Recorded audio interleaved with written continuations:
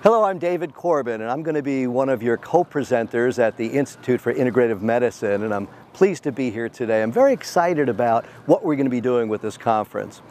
I personally believe, and you may agree, that medicine today is at a break point, which has all the characteristics of a breakdown and all the opportunities of a breakthrough. And it's my contention that the Institute, which is formed and putting on this conference that you and I will be speaking at, is a very, very large opportunity for the breakthrough. So again, my name is Dave Corbin. I'm here in San Diego, right in front of Petco Park, and I'm really excited to be here. This is my hometown, and there's a street down the road called Tony Gwynn Street. He's a neighbor of mine. I'll tell you a little bit about that a little bit later. So my background, very, very quickly. I came from New York to California to go to medical school in 1977, and I didn't go to medical school. Instead, I pursued a career in business. And in that, I've stayed in healthcare throughout. I've been a business advisor and consultant like you. I do a lot of presenting. I do professional speaking. I'll be keynoting the event that we'll be at together. I've invented things in medicine, some medical software, and we need not talk about that right now. But I want to share one idea why I'm doing this video. The common thread to all of those things that I've done and that you do is the core competency of communication. Communication, whether you're a doctor, physician, naturopath, homeopath, chiropractor, etc., or a vendor. Our core function in the metric of our effectiveness is going to be in the communication factor. Why? Well, in medicine, it might be compliance. In vending, it might be making sure that, as a vendor, making sure that our doctors, our practitioners, understand our deliverables and how it fits in and dovetails into what they're talking about. So let's begin. I'm going to talk a little bit about some research that has been fielded that I didn't field, some research that we did field. But first, let me share one thing with you. I'm over here at the Petco Park, and the Padres, my team. One of the fellows who stands out with the Padres is a guy named Tony Gwynn. Yeah, Tony Gwynn. Hall of Famer. I went to his induction ceremonies. In fact, his family and my family built a Montessori school together. And one of the things I learned from Tony years ago, and I'll never forget, is this, is that in order for us to be effective, as doctors, vendors, you name it, is to be maximally effective and be brilliant on the basic. Yeah, there he is, the man himself. Hall of Famer because he was brilliant on the basics. Now, if that guy could come in before everyone else and hit off a tee, I promise you, as a doctor, as a vendor, or anyone who's watching this, you too can do very, very well by getting into the basics. Let the ego go and get right down into it. So let me share with you a little bit of research.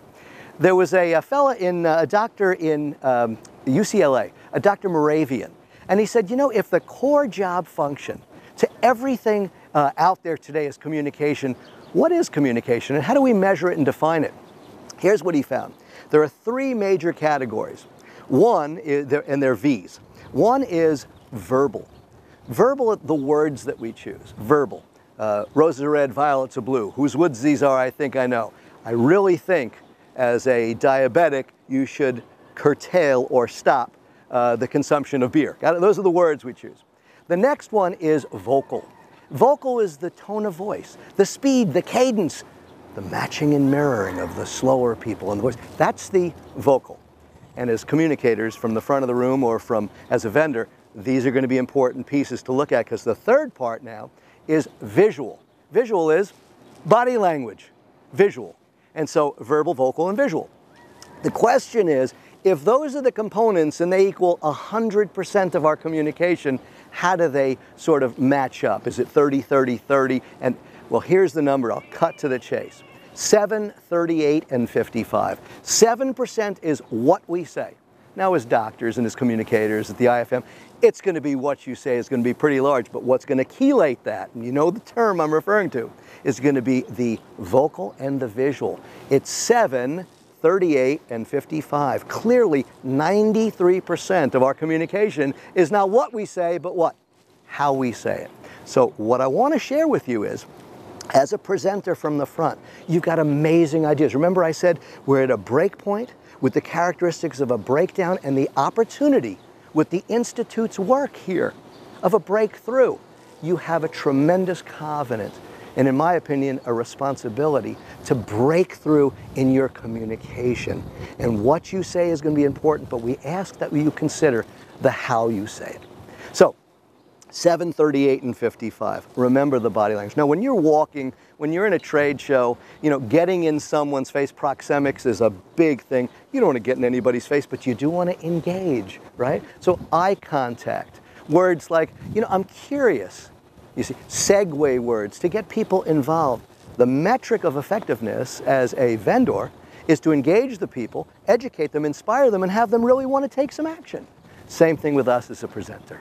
Okay, so that's Dr. Moravian. Here's some research that we fielded. We asked thousands of people, why do you buy from whom you buy? Why do you select this doctor? Why do you buy this? Why do you buy that? And what we found is this.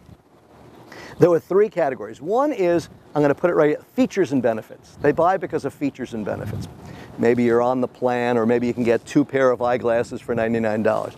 That's the features and benefits group. Look at the next group, is relationship. I like the people, they're kind of nice, okay? And then the third group, which was the very largest group, after features and benefits and relationship, said G-O-K, God only knows. They had no idea why they selected that vendor. Now, in the push question of science, of marketing, of communication, the next question is, would you switch from that group? The first group, features and benefits, would you switch? They said, of course I can. If somebody's going to do 3 pairs of glasses for $99, of course I'll switch. The next group, the relationship group, would you switch? They said, well, maybe. And then you know what they said? Of course, I could find new relationships. The largest group, why do you buy from whom you buy? God only knows. Would you switch? No way. No way. That was counterintuitive. You're telling me that you have no idea why you selected this individual or this product and you won't switch? Yes. And what was the effect of that? What was the magic that happened between that product and that individual? Well, to quote the famous philosopher Austin Powers, it's the mojo, baby. It's the mojo.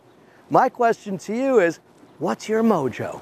So I'm looking forward to meeting you and participating at the Institute for Integrative Medicine, simply because I honestly believe we're on the cutting edge here.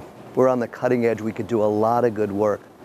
The covenant that you have, that I have, that we have as vendors and as presenters is get our points across. Get our points across succinctly, powerfully. The metric is the utilization. All the great ideas that are not being used are by definition useless. The commitment of Drs. Ross, Dr. Padilla, and everyone else involved in here is to make a difference, to further your education. We want our doctors to further their education. We want them to go for certification. We want them to join the community. No one's smarter than all of us, you see. And I'll end with this. George Burns was in a movie a long time ago called Oh God, you might remember it, where George Burns played God and John Denver was this befuddled grocery clerk who was the only one who knew that George Burns was God. And John Denver says, but God, you know, you give us all these problems. You give us healthcare issues, you give us drunk driving, you give us teen pregnancy, you give us bomb. You give us all these problems and you never give us the solution. And George Burns, playing God, said, but I did give you the solution. I gave you one another. At this conference, as a presenter, a collaborator in the breaks and the areas, because I know that Drs. Ross and Padilla and the team assemble times that you can actually integrate. Make sure that we collaborate. Make sure that we communicate in all areas and all aspects. I'm looking forward to seeing you there. I'm looking forward to next year when people say, this conference was outstanding. Why? Because they had the very best cadre of professionals in the field who not only gave information, but inspired the information, and people are using it. Thanks, and I'm looking forward to seeing you in just a short period of time.